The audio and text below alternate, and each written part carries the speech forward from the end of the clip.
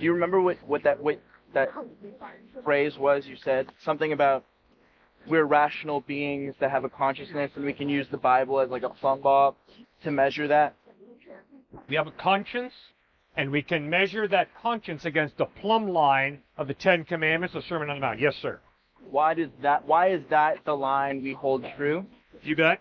In other cultures in Papua New Guinea, where they've never heard of Jesus Christ, they believe that murder is unjust and adultery is unjust. Yes. And they don't have that plumb bob. Right. Why is it that specifically I need to believe in Jesus Christ and his gospel to measure my consciousness and my rational thought? You don't.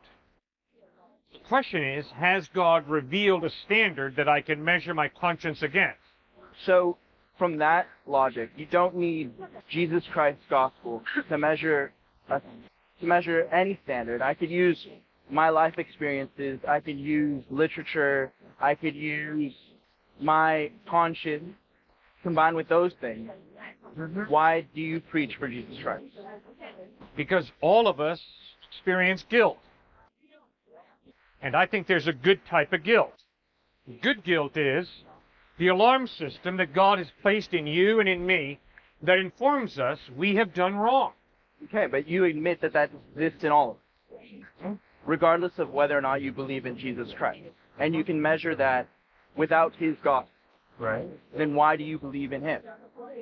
Because the guilt that informs me that I have done wrong is accurate.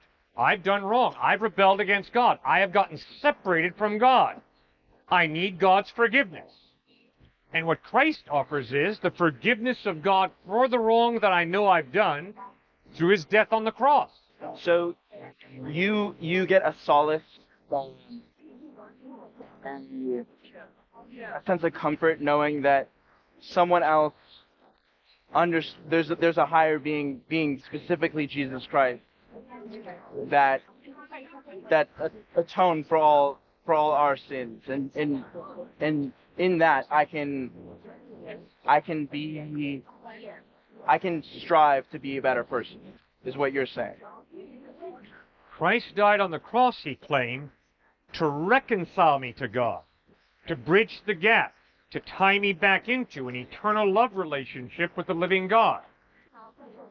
But if that were true, then everyone around the world, regardless of where they're from, what religion they believe in, would have that same feeling towards this all-being creature.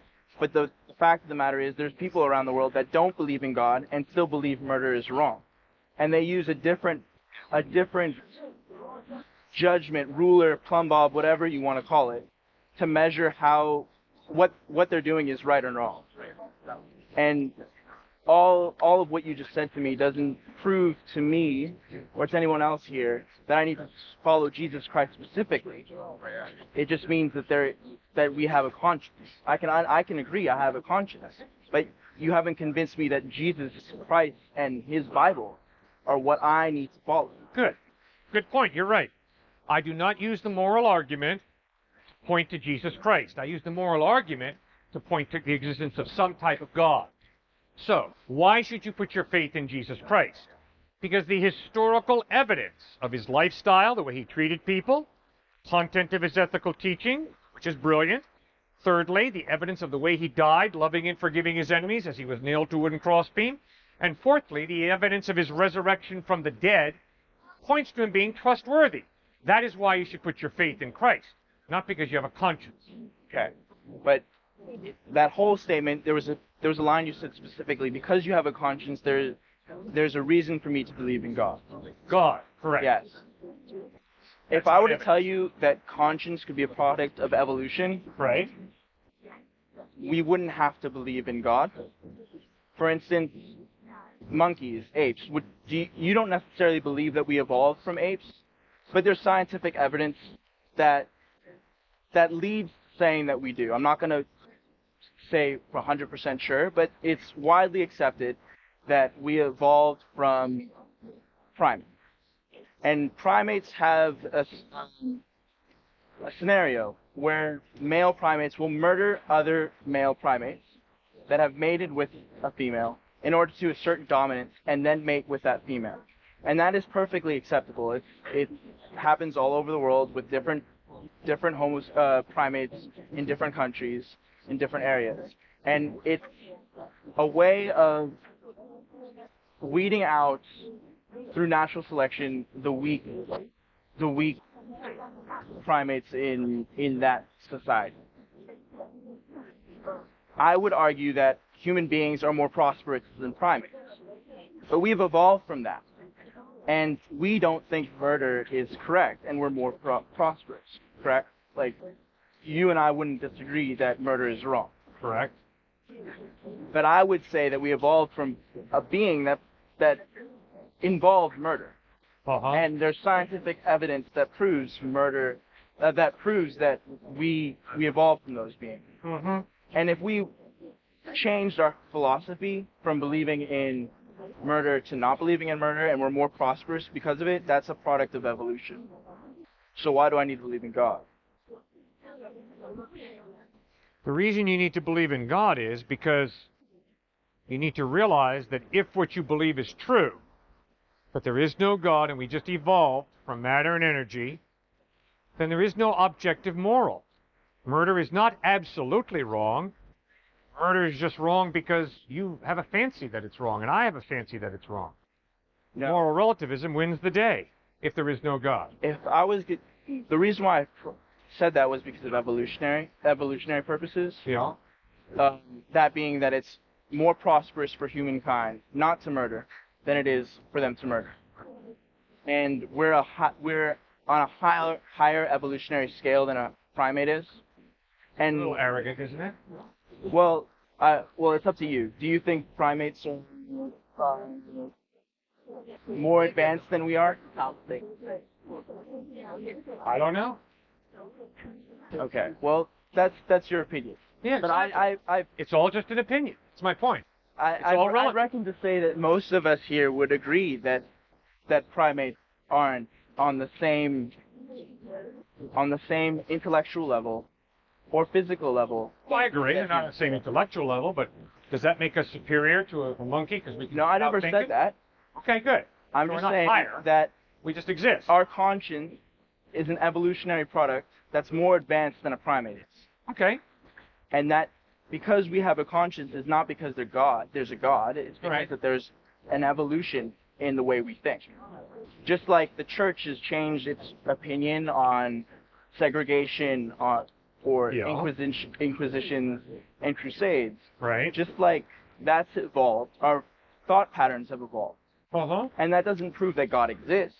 That just proves that we've evolved.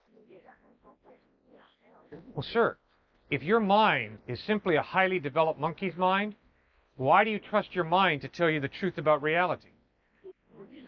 I'm not looking for the truth in reality. I'm not. Oh, yes, you are. You've been defining it real clearly.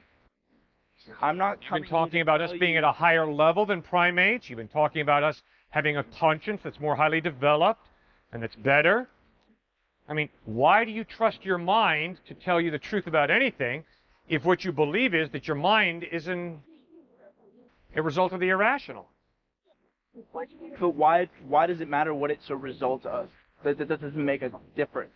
The fact that I've come from quote unquote primordial ooze is irrelevant to me.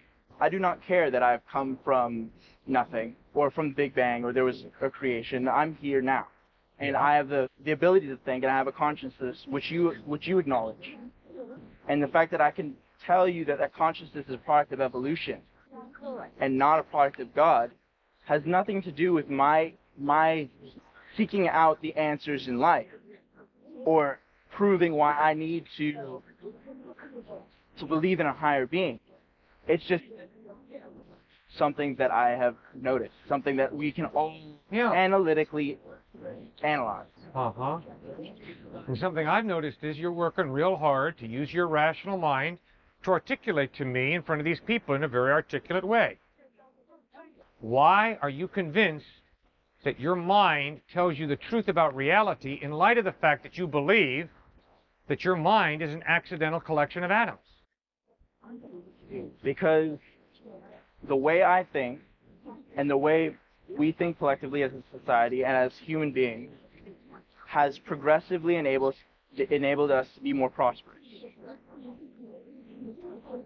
500 years ago, when the Catholic Church dominated religion and was the epicenter of society, we didn't have the same population.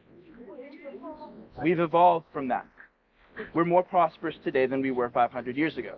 And I don't think that's because of God. I think that's because of our thought processes changing and technology changing. And the reason why I think this way, and the reason why a lot of us think this way, is because we're evolving to think in a more streamlined evolutionary process that's more prosperous. Not because I need to find the answer. The bottom line is I exist because I need my kids to be prosperous. And that's what evolution is all about. And if I can think in a rational way that makes that more possible, then that's the way I'm going to think. Charles Darwin wrote a letter to a man named Mr. Graham. And in this letter, Charles Darwin wrote, "In light of the fact that my brain is simply a highly developed monkey's brain, why do I trust my brain to tell me the truth? Would I trust the thoughts of a monkey?" I respect Darwin. He was beginning to consider the logical consequences of an atheistic worldview that says our brains come from the irrational, the non-rational, and yet we blindly trust them to tell us the truth about reality. Maybe we should go back and reconsider this. So my point is, the fact that you put so much weight in rational thinking is not justified by your worldview, because your worldview says it's just an accident, this rational thing called a brain.